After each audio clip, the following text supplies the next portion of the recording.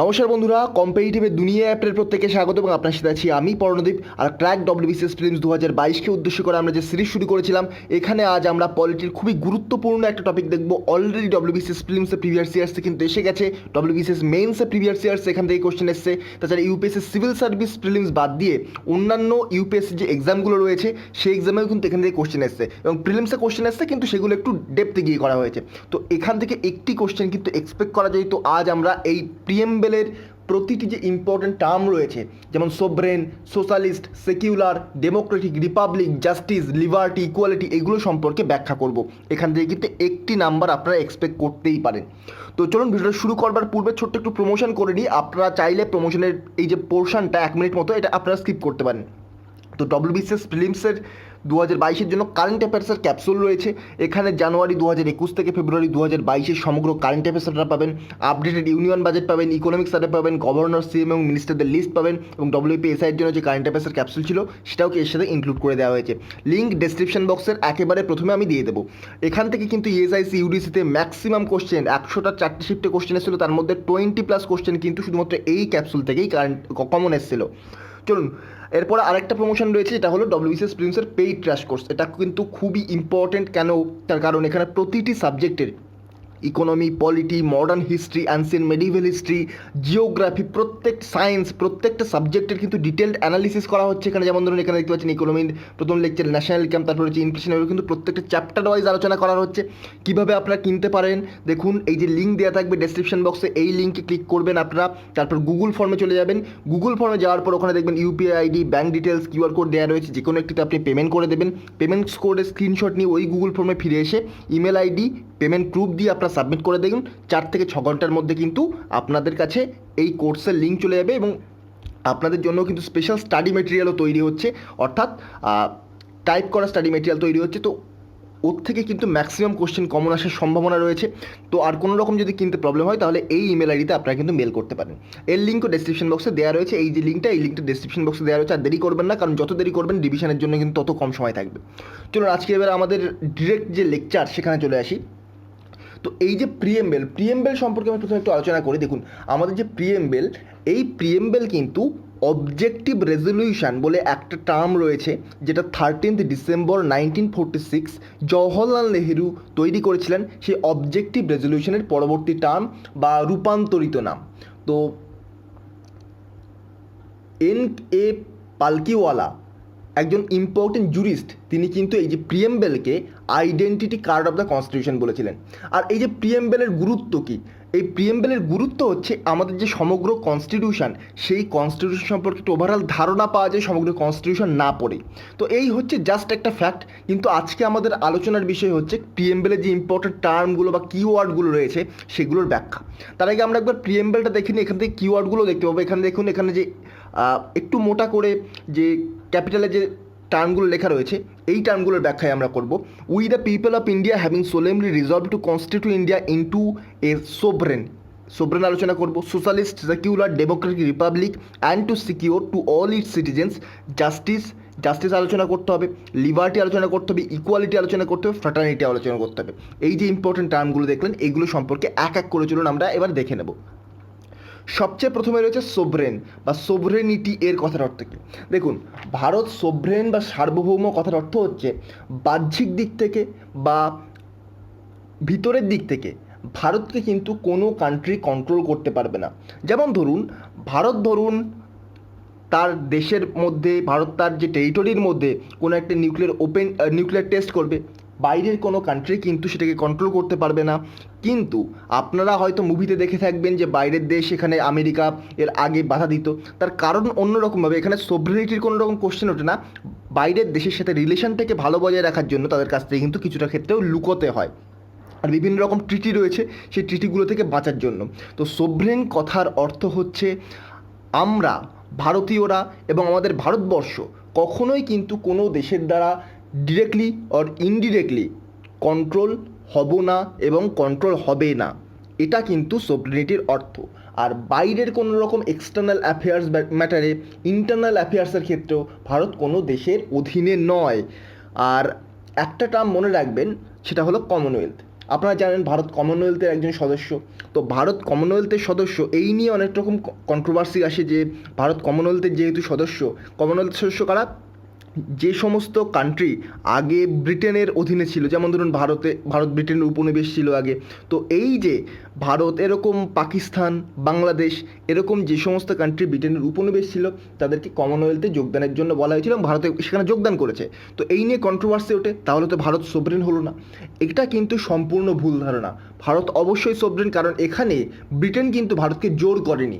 ভারত নিজে থেকে সেই কমনওয়েলথে কিন্তু যোগদান করেছে এবং ভারত কিন্তু যখন খুশি সেখান থেকে বেরিয়ে আসতে পারে। তো ভারত কিন্তু অবশ্যই সোভরেন। এখানে বলছে দেখুন, sovereign as mention in the preamble of the Indian constitution, the literal meaning of the word sovereignty is a state or a governing body has the full right and power to govern itself without any interference from outside sources or bodies. অর্থাৎ বাইরের কোনো source, বাইরের কোনো body, বাইরের কোনো কান্ট্রির দ্বারা control হবে না ইন্ডিয়া, এবং সে তার নিজের যে পলিসি, নিজের যে পাওয়ার, সেটার দ্বারা কিন্তু নিজেকে গভর্ন করতে পারে। এই হচ্ছে আপনাদের টার্ম সোভরেনিটি বা সোভরেন। নেক্সট আমরা দেখব সোশ্যালিস্ট। সোশ্যালিস্ট এই টার্মটা কিন্তু অনেকটা, যে সমস্ত কান্ট্রিতে সোশ্যালিজম রয়েছে, যেমন ধরুন রাশিয়া, চায়না, এই সমস্ত কান্ট্রির সোশ্যালিজমের সাথে কিন্তু কিছুটা অংশে মেলে, আবার কিছুটা অংশে কিন্তু পার্থক্য দেখা যায়। যেমন দেখুন, সোশ্যালিস্ট বা সোশ্যালিজম এটাকে দুটো ভাগে ভাগ করা যেতে পারে। আমরা যদি লাক্সমিকান্ত দেখি, এখানে দেখবেন সোশ্যালিস্টকে দুটো ভাগে ভাগ করা হয়েছে। কী কী? একটা স্টেট সোশ্যালিজম বা একটাকে বলা হয় কমিউনিস্টিক সোশ্যালিজম, আর একটা হচ্ছে ডেমোক্রেটিক সোশ্যালিজম। ভারতের যে সোশ্যালিজম সেটা কিন্তু ডেমোক্রেটিক সোশ্যালিজম, আর যেমন ধরুন চায়না, রাশিয়া, এদের যে সোশ্যালিজম সেটা কিন্তু কমিউনিস্টিক সোশ্যালিজম। তো এদের মধ্যে পার্থক্য কী? ডেমোক্রেটিক সোশ্যালিজম এবং কমিউনিস্টিক সোশ্যালিজমের মধ্যে বেসিক পার্থক্য হচ্ছে রাশিয়া, চায়না, এদের কাছে কোনো রকম প্রাইভেট সম্পত্তি নেই। অর্থাৎ এখানে রাশিয়া, চায়না এরকম যে কান্ট্রিগুলো রয়েছে যেখানে কমিউনিস্টিক সোশ্যালিজম রয়েছে, কমিউনিস্টিক সোশ্যালিজমের মধ্যে কিন্তু কোনো রকম প্রাইভেট সম্পত্তি নেই, বা কোনো ব্যক্তির কোনো রকম প্রাইভেট সম্পত্তি থাকতে পারে না, ওটা স্টেটের সম্পত্তি হবে। এই হচ্ছে আপনাদের কমিউনিস্টিক বা স্টেট সোশ্যালিজম। আর ভারতবর্ষের ক্ষেত্রে মিক্সড ইকোনমি দেখা যায়। মিক্সড ইকোনমির পাশাপাশি মিক্সড সোশ্যালিজমও কিন্তু দেখা যায়। অর্থাৎ এখানে কিন্তু প্রাইভেট সম্পত্তিও থাকতে পারে, অর্থাৎ আপনার যে বাড়ি সেটা আপনার নামেই থাকবে, সেটা স্টেটের সম্পত্তি নয়, সেটা রাজ্যের সম্পত্তি নয়, সেটা দেশের সম্পত্তি নয়, সেটা আপনারই সম্পত্তি। কিন্তু এখানে সবাইকে সমান ভাবে দেখা হয়, বিভিন্ন রকমভাবে সমানভাবে সুযোগ সুবিধা দেওয়া হয়। আমাদের বিভিন্ন রকম কনস্টিটিউশনের ফান্ডামেন্টাল রাইট সেখানে ইকুয়ালিটির কথা বলে। তো এইটাকে কিন্তু বলা হয় ডেমোক্রেটিক সোশ্যালিজম। অর্থাৎ সোশ্যালিজম অবশ্যই রয়েছে, কিন্তু এখানে কিন্তু প্রত্যেকের কাছে প্রাইভেট সম্পত্তি রয়েছে, তার নিজের নিজের সম্পত্তি রয়েছে। কিন্তু রাশিয়া, চায়নায় এমনটা কিন্তু নেই। রাশিয়ায়, চায়নায় কারোর কোনো রকম প্রাইভেট সম্পত্তি নেই। ওই যে বাড়িটা যখন তখন কিন্তু স্টেট বা বলতে পারেন দেশ দখল করে নিতে পারে।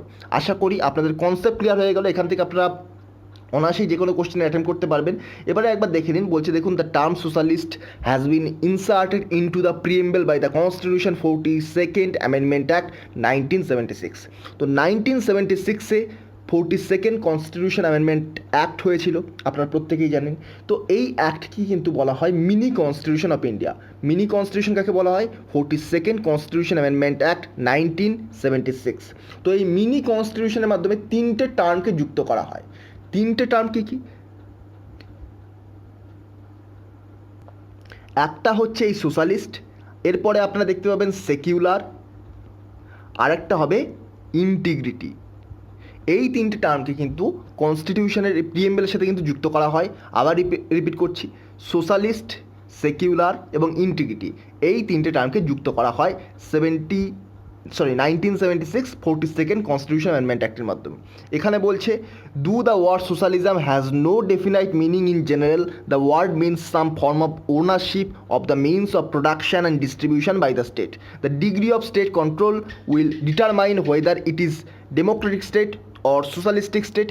India has however chosen its own brand of socialism which is mixed economy. আমি এতক্ষণ ধরে যা বললাম সেটাই এখানে দেখবেন ক্লিয়ারলি লেখা রয়েছে। নেক্সট, সেকুলারিজমের ক্ষেত্রে সাধারণত কিন্তু স্টুডেন্টের একটা ভুল ধারণায় থাকে যে সেকুলারিজম কথার অর্থ হচ্ছে দেশে কোনো রকম ধর্ম থাকবে না, বা দেশ সমস্ত ধর্ম পালন করবে বা প্রাধান্য দেবে। এটা কিন্তু নয়। সেকুলারিজম কথার অর্থ হচ্ছে দেশে সব ধরনেরই ধর্ম থাকবে এবং স্টেট কোনো ধরনের ধর্মকেই কিন্তু প্রাধান্য দেবে না। এটাই হচ্ছে অ্যাকচুয়াল অর্থে সেকুলারিজম। সমস্ত রকম ধর্মকে কিন্তু প্রাধান্য দেওয়া নয়, কোনো রকম ধর্মকেই স্টেট প্রাধান্য দেবে না। এবং এই যে সেকুলারিজম, ভারতবর্ষে সবসময় কন্ট্রোভার্সির মধ্যে থাকে এই টার্মটা সেকুলারিজম। অনেকে অনেক রকম বিভিন্ন রকম ব্যঙ্গ করে কথার অনেক রকম টার্ম ইউজ করে থাকেন সেকুলারিজমটাকে নিয়ে। যেমন দেখুন এখানে বলছে the term secularism means a state which has no religion, অর্থাৎ যে স্টেটে কোনো রকম রিলিজিয়ান নেই, of its own as recognised religion. এতক্ষণ তো আপনারা দেখলেন নো রিলিজিয়ান পর্যন্ত আপনাদের ঠিক আছে, কিন্তু সবচেয়ে ইম্পর্টেন্ট টার্ম যেটা as recognised religion, as of its own recognised religion, অর্থাৎ কোনো রকম রিলিজিয়ান নেই কোনো স্টেটের যেটাকে সে প্রাধান্য দিয়েছে। অর্থাৎ কোনো স্টেট যদি কোনো রিলিজিয়ানকে প্রাধান্য দিয়ে থাকে তাহলে কিন্তু সে স্টেট সেকুলারিজম বা সেকুলার স্টেট নয়। ভারত কোনো ধর্মকে প্রাধান্য দেয়নি, সেহেতু কিন্তু ভারত সেকুলার কান্ট্রি। এবং ভারতের সমগ্র যে ধর্ম রয়েছে সমগ্র ধর্ম আপনি পালন করতে পারেন, যে কোনো ধর্ম আপনি পালন করতে পারেন, আপনার সে স্বাধীনতাও কিন্তু রয়েছে। আর্টিকেল 25 থেকে আর্টিকেল 28-এর মধ্যে আমাদের ফান্ডামেন্টাল রাইটের মধ্যে কিন্তু এটা দেওয়া হয়েছে। ইট ট্রিটস অল রিলিজিয়ান্স ইকুয়ালি, এখানে বলছে সমস্ত ধর্মকে এখানে ইকুয়ালি ট্রিট করা হয়। In a secular state the state regulates the relationship between man and man. একটা সেকুলার স্টেটে স্টেট কিন্তু যে রিলেশনশিপ একটা মানুষের সাথে আরেকটা মানুষের সাথে কিন্তু রিলেশনশিপটাকে বজায় রাখে সেকুলারিজমের মাধ্যমে। আর it is not concern with the relation of man with God, এখানে ম্যান উইথ গডের সাথে নয়, ম্যান উইথ ম্যানের সাথে কিন্তু সেকুলারিজমে মানা হয়। আবার রিপিট করছি, সেকুলারিজম কথার অর্থ কিন্তু এটা নয় যে দেশে কোনো ধর্ম থাকবে না বা দেশে সমগ্র ধর্মকে প্রাধান্য দেওয়া হবে। সেকুলারিজম কথার অর্থ হচ্ছে দেশে সকল ধর্মই থাকবে কিন্তু স্টেট কোনো রকম ধর্মকে প্রাধান্য দেবে না।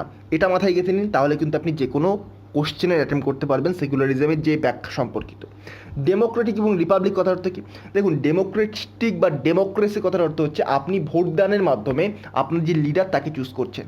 এখানে বলছে government which gets is authority from the will of the people, the ruler are elected by the people and are responsible to them.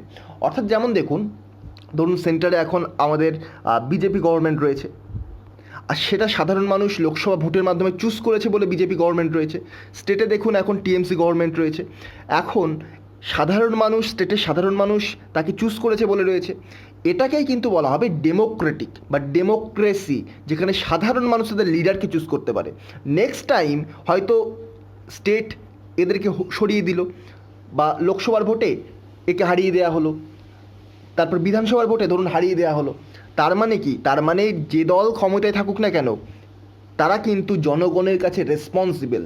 অবশ্যই মনে রাখবেন, ডেমোক্রেসির অর্থ হচ্ছে সাধারণ মানুষ তার লিডারকে চুজ করবে, কিন্তু সেই লিডার জনগণের কাছে বা সাধারণ মানুষের কাছে রেসপন্সিবল তার সমগ্র পলিসির জন্য, তার সমগ্র কার্যকলাপের জন্য। এই হচ্ছে ডেমোক্রেসি বা ডেমোক্রেটিক টার্মের অর্থ। Next Republic. রিপাবলিক সাধারণত দেখুন এই যে দু ধরনের ক্ষেত্রে এই ধরনের কিন্তু দু ধরনের টার্ম রয়েছে, একটা রিপাবলিক আর একটা মোনার্কি। মোনার্কি কি?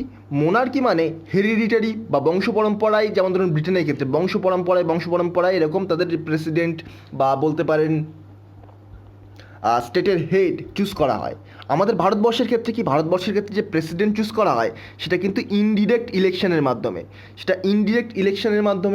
চুজ করা হয়। তো এই যে ইলেকশনের মাধ্যমে চুজ করা হচ্ছে, বংশ পরম্পরায় চুজ করা হচ্ছে না, এটাকে বলা হবে রিপাবলিক। আমাদের যে স্টেটের হেড তাকে আমরা বংশ পরম্পরায় চুজ না করে আমরা ইলেকশনের মাধ্যমে, ইনডিরেক্ট ইলেকশন হলেও তার মাধ্যমে চুজ করছি, এটাকে বলবো আমরা রিপাবলিক। আর যেখানে বংশ পরম্পরায় চুজ করা হবে হেরিডিটারি বেসিসে, তাদেরকে কিন্তু বলা হবে মোনার্কি। যেমন ধরুন ব্রিটেন। এখানে বলছে the term republic signifies that there shall be an elected head of the state who will be the chief executive head, অর্থাৎ আমাদের প্রেসিডেন্ট চিফ এক্সিকিউটিভ হেড এবং আমাদের স্টেটের হেড তাকে কিন্তু ইলেকশনের মাধ্যমেই আমরা নিযুক্ত করছি। নেক্সট রয়েছে জাস্টিস। জাস্টিস বলতে সাধারণত আমাদের ভারতবর্ষের যে প্রিএম্বেল রয়েছে জাস্টিস, এখানে তিনটে জাস্টিসের কথা বলা হয়েছে স্পেশালি: সোশ্যাল, ইকোনমিক এবং পলিটিক্যাল। সোশ্যাল জাস্টিস মানে কি? এখানে সমগ্র মানুষকে ইকুয়ালি ট্রিট করা হবে, রিলিজিয়ান, রেস, সেক্স, কাস্ট, তারপর বার্থ অফ প্লেস, এগুলোর বেসিসে প্লেস অফ বার্থ, এগুলোর বেসিসে কিন্তু ইকুয়ালি ট্রিট করা হবে। আবার রিপিট করছি, সোশ্যাল জাস্টিস কথার অর্থ হচ্ছে, সোশ্যাল জাস্টিস কথার অর্থ হচ্ছে আমাদের ভারতবর্ষের সমগ্র মানুষকে কিন্তু colour, race, religion, sex, place of birth এগুলোর বেসিসে কিন্তু ইকুয়ালি ট্রিট করা হবে। আর ইকোনমিক জাস্টিস কথার অর্থ কী? তার ইকোনমিক কন্ডিশন যেমনই হোক না কেন, সে বড় লোক হোক, সে গরিব লোক হোক, এগুলোকে তোয়াক্কা না করে কিন্তু যে জাস্টিস সবাইকে সমানভাবে প্রোভাইড করা হবে। আর পলিটিক্যাল জাস্টিস কথার অর্থ কী? এখানে কিন্তু সমগ্র ধরনের মানুষের, যেমন ধরুন পুরুষ, মহিলা সবারই কিন্তু ভোটদানের অধিকার রয়েছে। তো এই 3 ধরনের জাস্টিসের কথা বলা হয়েছে। আবার রিপিট করছি, social justice, religion, race, sex, caste এগুলোর বেসিসে কোনো রকম ডিসক্রিমিনেট করা হবে না সোশ্যালি। ইকোনমিক জাস্টিস, ধনী গরিব নিরপেক্ষভাবে কিন্তু তাদেরকে জাস্টিস প্রোভাইড করা হবে। পলিটিক্যাল স্পেয়ার বা পলিটিক্যাল জাস্টিস কথার অর্থ হচ্ছে এখানে যে কোনো পলিটিক্যাল পার্টিকে চুজ করার বা ভোটদানের ক্ষমতা পুরুষ মহিলা সবারই কিন্তু সমানভাবে থাকবে। কোনো রকম কাস্টের কোনো রকম ডিভিশন থাকবে না, কাস্টকে মানা হবে না, কোনো রকম সেক্সকে মানা হবে না, রেসকে মানা হবে না, সবারই কিন্তু পলিটিক্যালি ভোটদানের রাইট থাকবে। তো এই হচ্ছে ইম্পর্টেন্ট। আমার আচ্ছা আর দুটো রয়েছে, লিবার্টি আর ইকুয়ালিটি। লিবার্টি মানে কি? লিবার্টি কথার অর্থ হচ্ছে স্বাধীনতা। তো the term liberty uses significance not only the absence of any arbitrary restraint of the freedom of individual action but also the creation of condition which are essential for the development of the personality of the individual. অর্থাৎ এখানে বলছে যে liberty কথার অর্থ হচ্ছে স্বাধীনতা। State কখনোই কারোর বিরুদ্ধে কোনো রকম রেস্ট্রিকশন লাগাতে পারে না।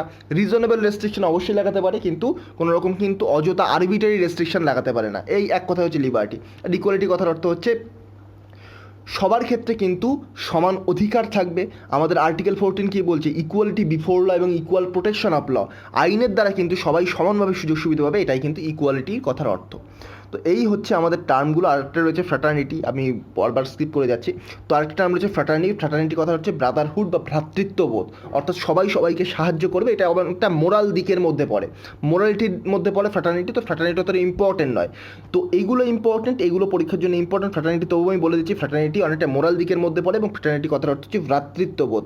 একজন আরেকজনকে সাহায্য করে বিভিন্নভাবে, ব্রাদারহুড শো করবে, spirit of brotherhood that pervades the entire country among all citizen irrespective of their differences. বিভিন্ন রকম যে ডিফারেন্সেসের কথা ধার না ধরে সেখান থেকে কিন্তু যে কোনো সাধারণ মানুষ আরেকজন মানুষকে সাহায্য করবে, অর্থাৎ ব্রাদারহুড শো করবে। তো এইগুলো হচ্ছে আপনাদের প্রিএমবেলের যে ইম্পর্টেন্ট টার্মগুলো ছিল, এখান থেকে কিন্তু একটি কোশ্চেন আসতেই পারে, পরীক্ষার জন্য ইম্পর্টেন্ট।